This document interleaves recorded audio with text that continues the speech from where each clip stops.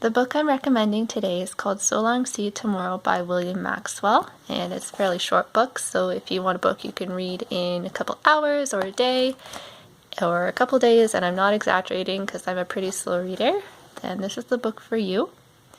And there's a little blurb on the front from Michael Ondaatje, who has written other books. He's another author who pretty much sings its praises, so if you like Michael Ondaatje, you might like this book, although the content really is not that similar.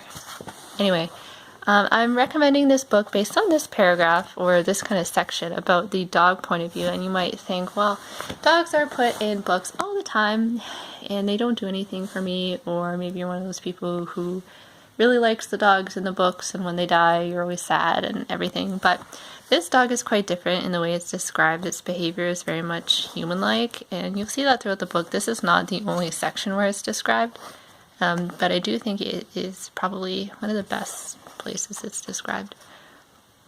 Especially this, you kind of get a gist of the prose as well. It's pretty simplistic, but it's not like, I don't really know how to describe it. It's not childish.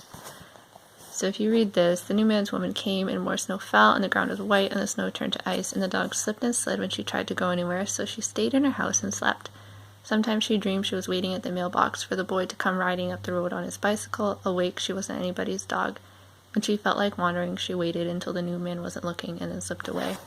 And you can kind of get you get the idea I was kind of talking about before, where she kind of is described like a person, and you can see this in much earlier pages as well.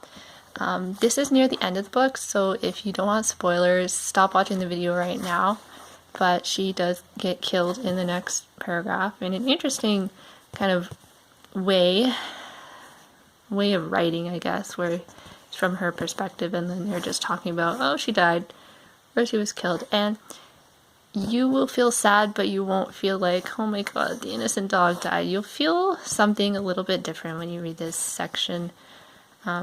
Very interesting book, and the story itself is simple, as you can probably tell. There's no extra information or extra words that are put in just because, but everything has its purpose.